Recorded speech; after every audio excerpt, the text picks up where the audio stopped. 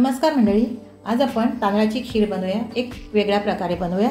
तर तांदळाची खीर बनवण्यासाठी सर्वप्रथम आपल्याला तांदूळ भिजवावा लागतो। तांदूळ तुमच्याकडे जो अस्तित्वात असेल तोही घेतला चालेल, बासमती असेल बासमती, आंबेमोहर असेल आंबेमोहर, कुठलाही तांदूळ चालेल। मी कोलमचा घेतलेला आहे, 1 तास भिजवलेला आहे, स्वच्छ धुवून घेतला आणि भिजवून घेतलेला आहे। आणि खिरीसाठी लागणारे आपल्याला नारळाचं दूध, ह्यातलं हे जास्त आहे, इतकं घालणार नाही, मला दुसऱ्या रेसिपीसाठी हवं आहे तर मी यातलं थोडं अर्धं दूध घालणार। आणि अजून लागणारे आपलं साधं दूध, आपलं चहाचं दूध, ते पण मी गरम करून ठेवलेलं आहे म्हणून मी इथे आणलं नाही। आणि वेलची पूड, साखर तुमच्या गरजेनुसार, किंवा गूळ जर घालायचं असेल तर सगळी रेसिपी खीर झाल्यानंतर, गॅस बंद झाल्यानंतर गूळ घालायचं, नाही तर दूध नारळाचं पण आणि सगळं फाटलं जाईल। ओल्या नारळाचा चव घेतलेला आहे आपल्याला, तांदळासोबत हे वाटून घ्यायचं आहे। काजू मी बारीक करून घेतलेली आहे, तुम्हाला कापून तुकडे करून घ्यायचे असतील तरी चालेल। केशर घेतलेलं आहे, केशर ऑप्शनल आहे, रंगासाठी जरा खिरीला रंग पण छान येतो। आणि लागणार आहे तूप। आता मी तांदूळ ह्यातलं पाणी काढून घेते आणि नारळासोबत मी हे वाटून घेते। पाणी काढून घ्यायचं आणि थोडं वाटून घ्यायचं। पातेल्यामध्ये मी तूप घालून घेतलेलं आहे, अर्धा चमचा, आणि बघा हे असं वाटून घेतलेलं आहे बघा, मिक्सरला पाणी न घालता वाटून घेतलं नारळासोबत। आता ह्याला तुपावर थोडं परतून घ्यायचं, जास्त भाजायचं नाही, फक्त थोडं परतून घ्यायचं आहे। आता मी हे तुपावर घालून घेते। अशा पद्धतीने खीर बनवा, खूप छान लागते। अर्धं नारळाचं दूध घ्यायचं, अर्धं साधं दूध घ्यायचं। आता आपण एक बाजूला मी दूध गरम करत ठेवलेलं आहे आणि आपल्याला ही दुधामध्ये हा तांदूळ जो आहे ना भातासारखा शिजवून घ्यायचा आहे। दुधामध्ये घ्यायचं आहे, पाणी नाही घालायचं, तुम्हाला पाणी घालायचं ते पाणी पण घालू शकता।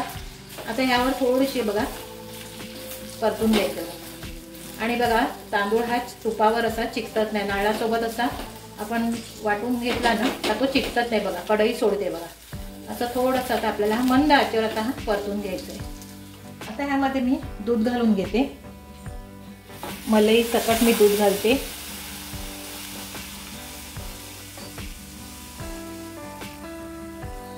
आता ह्याच्या गुठळ्या मोडून आपल्याला हे सारखं शिजवून घ्यायचे। तांदळाला आता बघा गुठळ्या होतात, पण त्या थोड्या वेळाने असे मिक्स केलं का सुट्या होतात।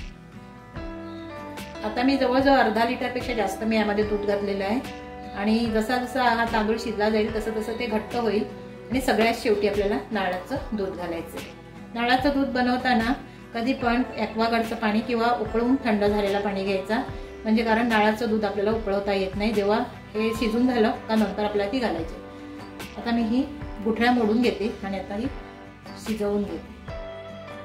बघा त्याच्या सगळ्या व्यवस्थित अशा गुठळ्या मी मोडून घेतलेल्या आहेत आणि असे मस्त असे आहे। जसं जसं गरम होतं ना दूध तसं तसं गुठळ्या आपोआप पण मोडल्या जातात, पण सारखं हलवत राहिलं तर व्यवस्थित मोडल्या जातात। आता ह्यामध्ये ना मी थोडंसं केशर घालून घेते, केशर ऑप्शनल आहे, थोडासा रंग यावा खिरीला म्हणून मी केशरचे धागे घालते। गॅसची आच मी मंदच ठेवलेली आहे। आणि आता ह्यामध्ये घालून घेते साखर। साखर तुम्हाला जितकं गोड हवं तितकं घालायची। आणि तुम्ही माझ्या चॅनलवर नवीन असाल, माझ्या चॅनल सबस्क्राईब केलं नसेल तर सबस्क्राईब करा, लाईक करा आणि वर बेल आयकॉन केलेलं आहे ते दाबायला विसरू नका। आणि अशा पद्धतीने खीर केली की खूप छान होते। आणि खीर मी थोडीशी जाडसर बनवणार आहे। शेवटी मी नारळाचं दूध घालणार आहे, कधी घालणार तर मी गॅस बंद करणार आणि मी नारळाचं दूध त्यातलं 1 वाटी एवढं नारळाचं दूध घालणार आहे, जास्त नाही, कारण सोबत पण मी वाटताना नारळ घातलेला आहे आणि नारळाच्या चवासहित मी नारळ आणि तांदूळ वाटले आणि ते घातलेले आहे। आणि अशा पद्धतीने एक वेगळ्या पद्धतीने तुम्ही खीर बनवली तर खरंच छान खीर होते, छान अशी मस्त, त्याला टेक्स्चर पण छान येतं। आता हिला व्यवस्थित ही खीर उकळून घ्यायची आणि मग त्यामध्ये काजू घेतलेले वाटून ते घालायचे, ड्रायफ्रूट्स तुमच्या मर्जीनुसार तुम्ही घाला। आता गॅसची आच मी मध्यम करते। बघा खिरीला मस्त उकळी आलेली आहे आणि तांदूळ मी बारीक वाटून घेतला। तुम्हाला जाड ठेवायचं असेल तर तुम्ही जाड ठेवू शकता, थोडासा मी रवाळच ठेवलेला आहे, टेक्स्चर जास्त जाड नाही ठेवला कारण मला बारीक हवा होता।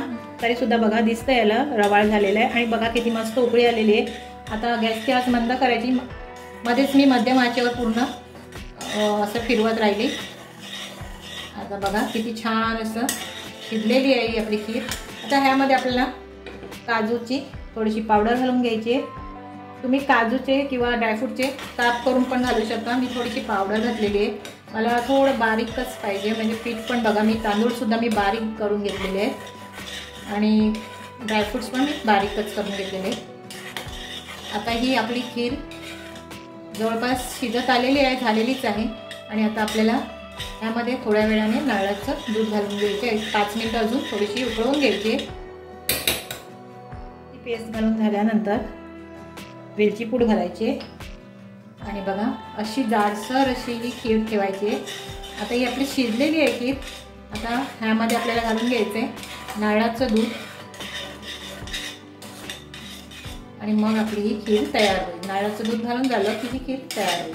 आता ह्यामध्ये आपण एक कप एवढं नारळाचं दूध घालून घेऊया आणि गॅस बंद करूया. कारण जर गॅस चालू ठेवला तर नारळाचं दूध घातल्याने आपलं जे घातलेलं दूध आहे तेही फाटलं जाईल आणि खीरही फाटली जाईल. बघा छान अशी आपली ही खीर तयार झाली आहे.